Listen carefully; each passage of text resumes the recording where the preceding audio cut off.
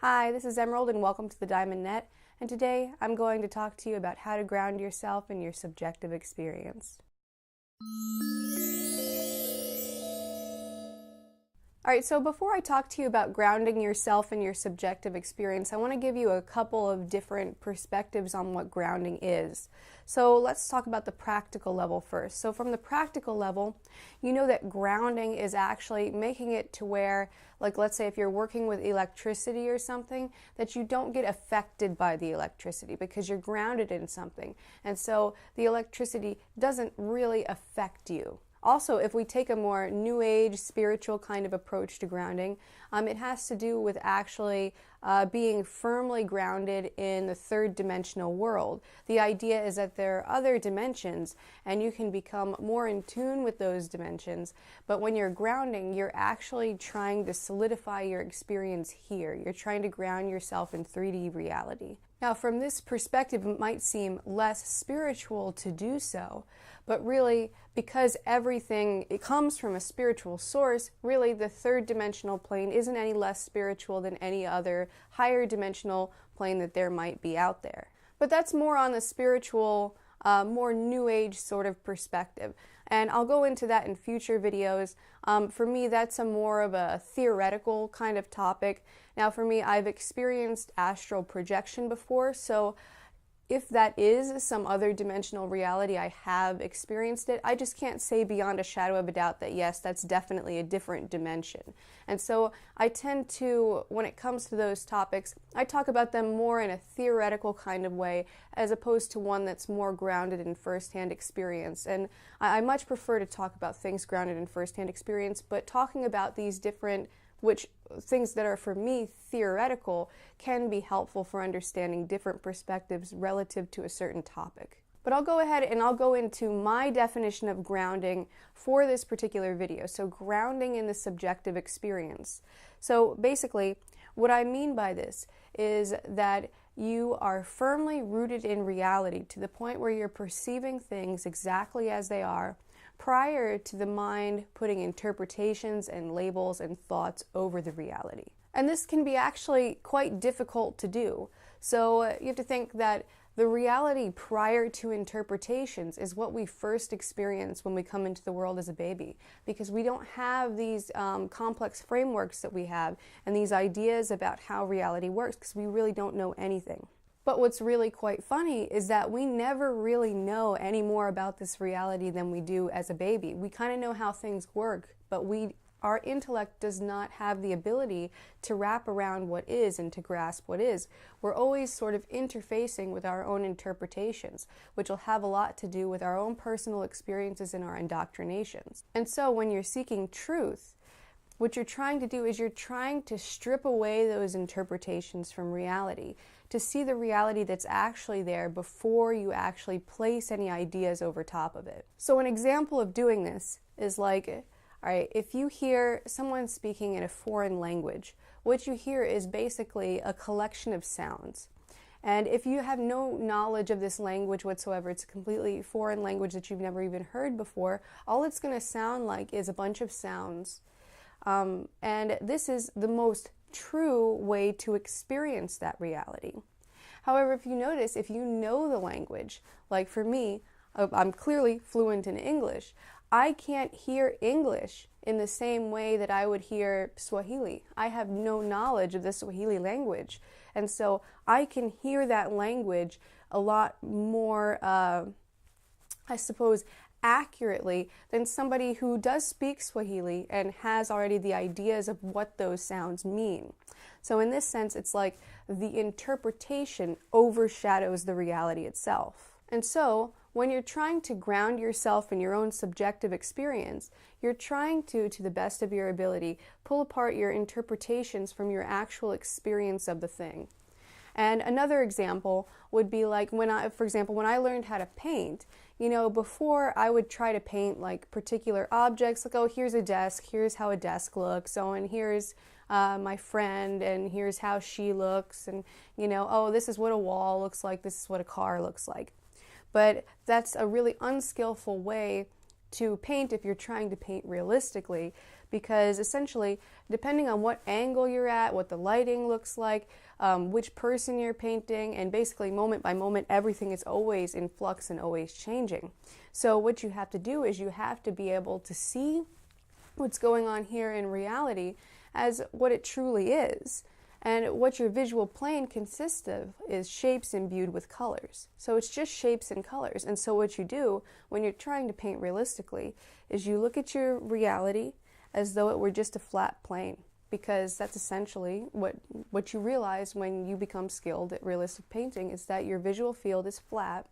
And then you find the exact shapes and the exact colors, and you try to match them in proportion on your canvas or on your piece of paper or whatever your surface area might be. So these are just two examples of really perceiving reality exactly as it is, your subjective reality, beyond your interpretations of it, and really before your interpretation happens. So the fact that it's very, very difficult to separate reality from interpretation actually affects a lot of people who are walking a spiritual path, because they start to learn things, certain esoteric truths, certain ideas like about oneness and about how there's no self and about how enlightenment is this way and that way. And, you know, there are a lot of ideas that come up.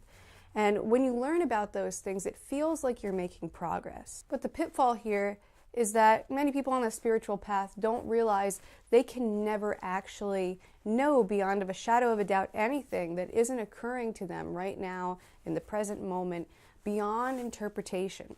So that's literally the only thing that you actually have access to. The rest is just an idea, and ideas can help for practical reasons, but you can never actually intellectually know what's true. So an example that I've seen of this problem is that I follow a forum where a lot of people are seeking enlightenment, just like myself. And I've noticed that a lot of them who have not had experiences of ego transcendence yet, or haven't even had a taste of what enlightenment might be, get in these like sort of debates about non-duality. And it's quite unproductive, I find, because it's like, you know, you're just kind of regurgitating things that you read and maybe that made sense to you. But so often it's forgotten that knowing these truths don't actually help you get closer to enlightenment, because enlightenment is always about emptying the cup, is always about being in a state of supreme receptivity and opening up yourself to the fact that you really know very, very, very little about this reality, if anything at all. And so it's very, very important not to ignore what's real and tangible in the present moment for the content of a thought. So for example, if you intellectually know, oh yeah, well, Adyashanti told me that there's no self, and so I know that there's no self now, so insight achieved, and then you go arguing and you say, oh no, this isn't true because there's no self there to have this experience. So it's very, very important to be able to recognize the difference between the content of a thought and an actual tangible reality that's occurring for you right now in the present moment. Because we can get in a habit of actually ignoring our emotional reality because we think that somehow it lays contradictory to our theories and ideas about enlightenment. So now that we've gotten that out of the way, let's talk about what's actually real. And so what I said before is basically what's real right now, or what's experienceable right now is maybe a little bit more of an accurate way to say it, is that anything that's occurring for you right now in the present moment that is in your 5 sensory fields, so sight, sound, taste, touch, and smell. So anything that's in those 5 sensory fields, something you can actually become directly mindful of and that has that consistency, that's something that's experienceable for you right now in the present moment. Now, it might be a little bit different, like if you're deaf or if you're blind, maybe one of those sensory fields is not there for you, but generally speaking, you can expect those 5 sensory fields to be there. And then you also tangibly have thought that you're working with. So your thoughts, you know, are quite illusory. You can start thinking that the ideas within the thought are true and real, but that's not actually true. That's an illusion. But the thought itself is a real thing. It's an actual tangible reality for you.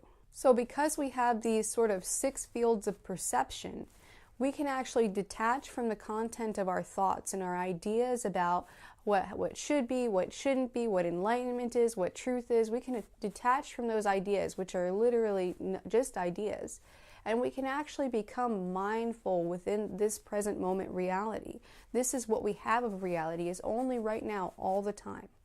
And so you can take a moment and you can focus yourself toward your thoughts and toward the sensations in your body and toward your visual field and toward your other sensory fields. And you can actually perceive what's actually there beyond assumptions, beyond frameworks. So I talked a little bit about an audio example earlier when I mentioned how you're hearing just the sounds and you're hearing a more primary experience of your auditory sense when you're hearing somebody speak a foreign language that you've never heard before. Also, I gave an example for the visual field when it comes to trying to paint realistically, where you literally just see the shapes and colors. But you can also do this with your other sensory fields.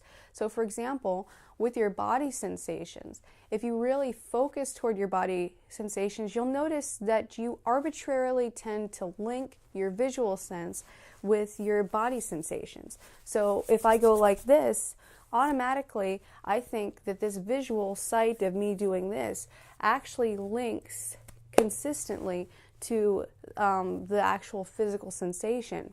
In a sense, they do work in tandem, but you also have to experience that the dimension in which your visual experience happens is completely separate from the dimension in which your tactile experiences happen. And so when you start to notice that, you can start to sort of pull apart the strands of reality and things become a lot more simple. And you can actually take stock of what's going on in each of those modes of perception because you're not adding them all together. Because what happens is they sort of exponentially sort of work off of one another, and it makes reality seem really complex and not understandable, really difficult to wrap your awareness around. So when we're able to sort of separate our reality out into these different sections, we can get a really clear idea of what's going on within each of those sections of reality. So with our other sensory fields, we also have taste and smell.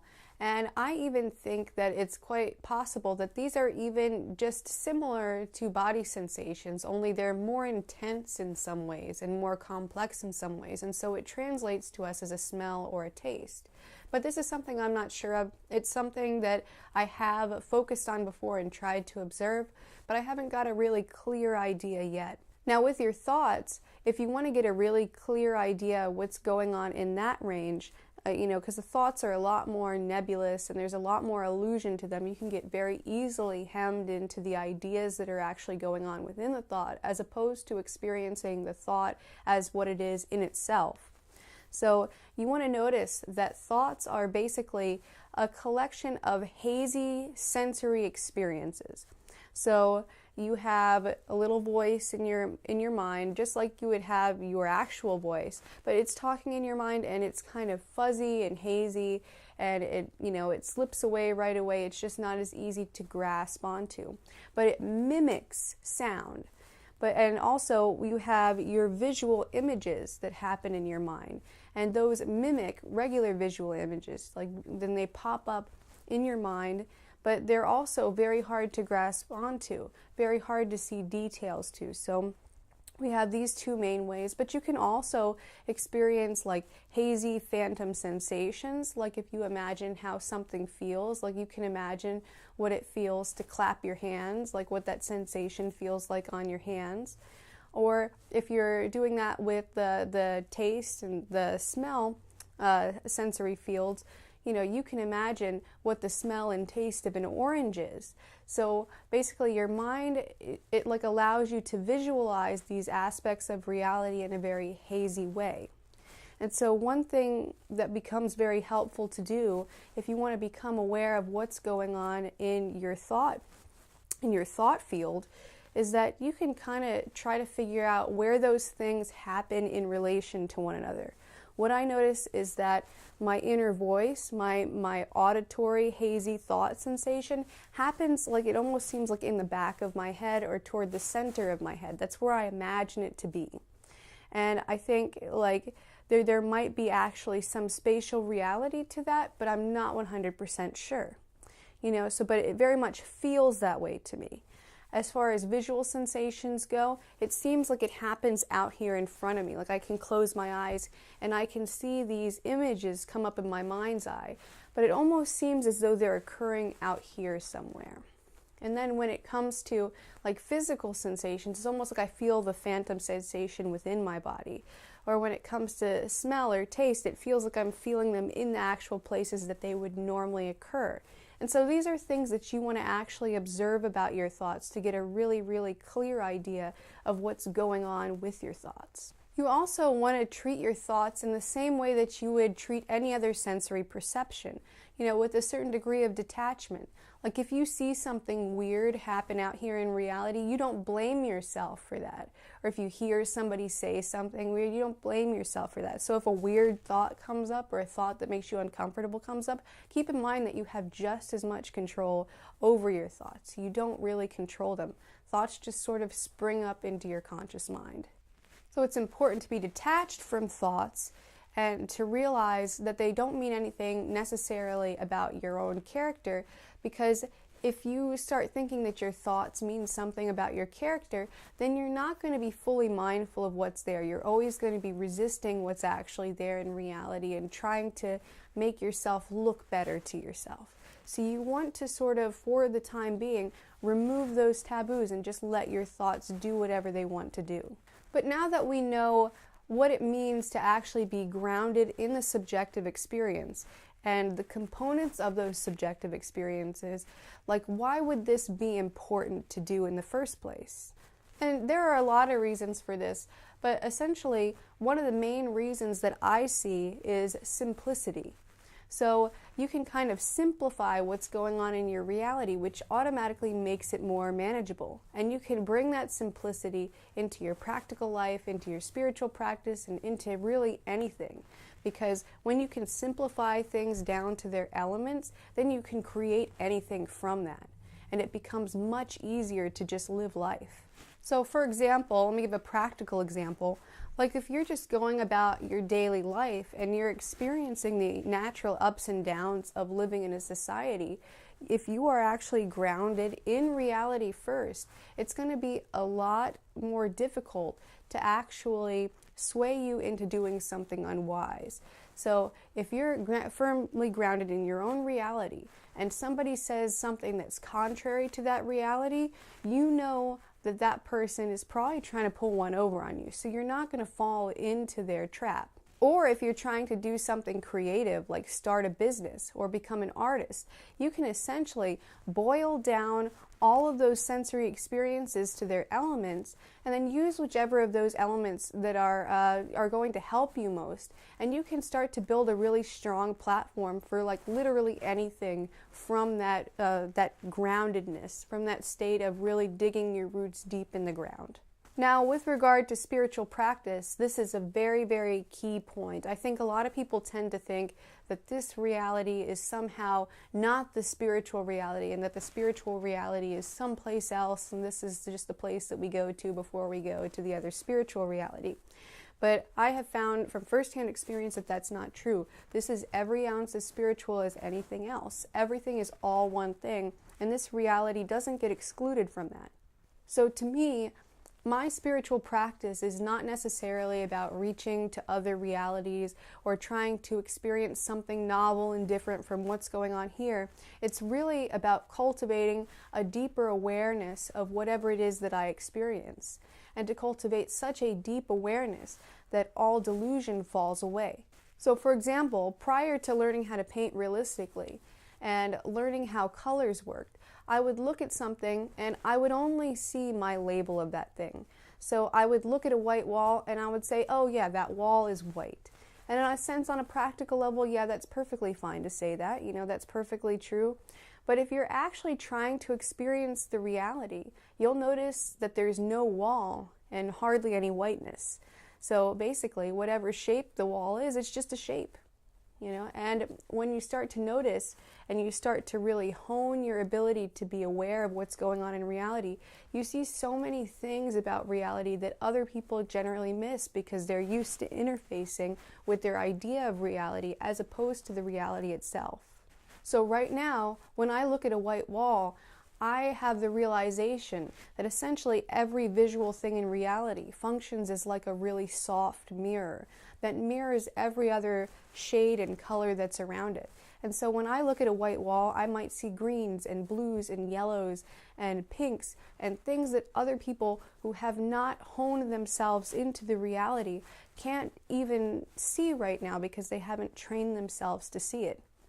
And so once you develop this degree of sensitivity to what's going on within every field of awareness that you have, you can be so much more masterful in life. And it can give you such a deeper, richer experience of what's going on. So this is why grounding in your subjective reality is so important, because your subjective reality is the truth for you. That's where you find the truth. The truth is not in an idea or some like non-dual philosophy or something that Adyashanti or Muji tells you. It's right here in your subjective reality, and it's already in front of your face. You just don't see it yet because you're not sensitive and open enough to see it. But it's always been there, no matter what. It's just that your ideas insulate the truth from you.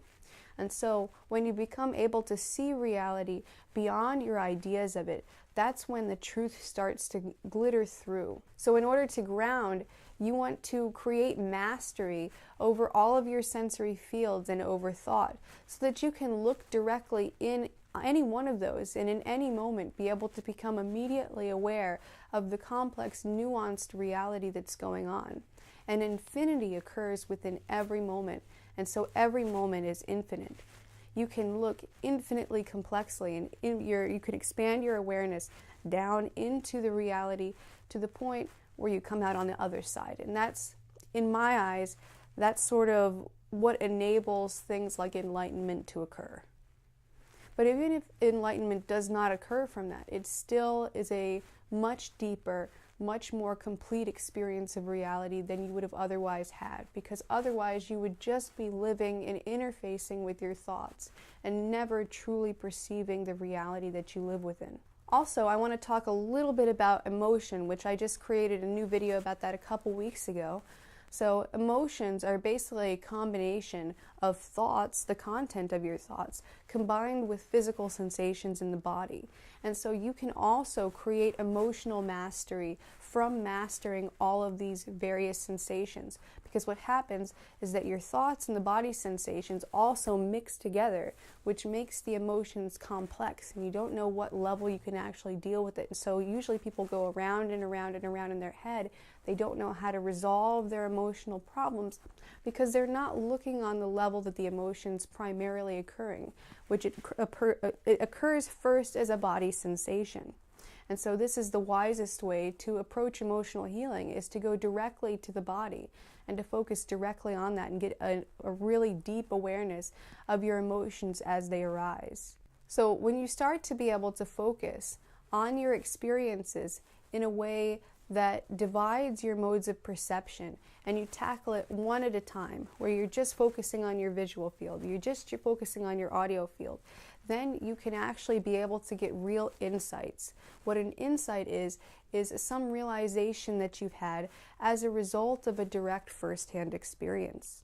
So an example of a visual insight that I had was that all of the visual field is flat, it has no distance from me, it's all combinations of shapes imbued with colors. The same 5 colors in combination are used together, which are a result of the visual light spectrum. These are things that I learned in tandem with that. And also, everything in the visual field is one unified field. There's no separate objects in the visual field. So these are insights that I've had from that. You can cultivate these insights by learning to paint realistically, or just creating an observation practice of what's actually going on in reality. So really, my visual field is the only one that I truly feel that I have mastery over. I feel like I can do anything with the visual field. That is my web. The other ones I'm not as strong with. So the audio field I always had more trouble with because it doesn't quite sustain itself in the same way that the visual field does. So in a sense, the visual field changes every moment too, but the changes tend to be a lot more solid. Things don't change as quickly in the visual field as they do in the audio field, which is another insight. So the audio field, essentially things pop up real quick and they leave real quick before you can even really grasp hold on it. But if you want to try to cultivate that awareness, you can listen to some music and you could try to pick out like the sound of certain instruments. So if you hear a song, usually you're used to hearing it as some combination of musical instruments, but you can actually create more sensitivity to your audio field by saying, oh, okay, well, I hear guitar here, this is the guitar riff, and there's the bass, and there's the drums, and oh, there's somebody on a keyboard back here, you know, and really separating out those sounds from one another. Or maybe you can start to learn to play some music by ear where you're actually hearing the tonal differences happening. Because one insight that I've had relative to the audio field is that no matter where you start, it depends on relative distances. So if I'm playing do, re, mi, fa, sol, la, ti, do, I could play that from any key on the keyboard if I were playing it on a keyboard. So I don't have to go a direct octave up. I can play it from any place on the keyboard. If you want to do the same type of thing with your body sensations, you can focus on them. You can notice if there's like any movement within your body sensation, like do you feel any flowing or tingling or anything like that? Like where do they seem to occur in relation to each other? Is there actual space to your body sensations?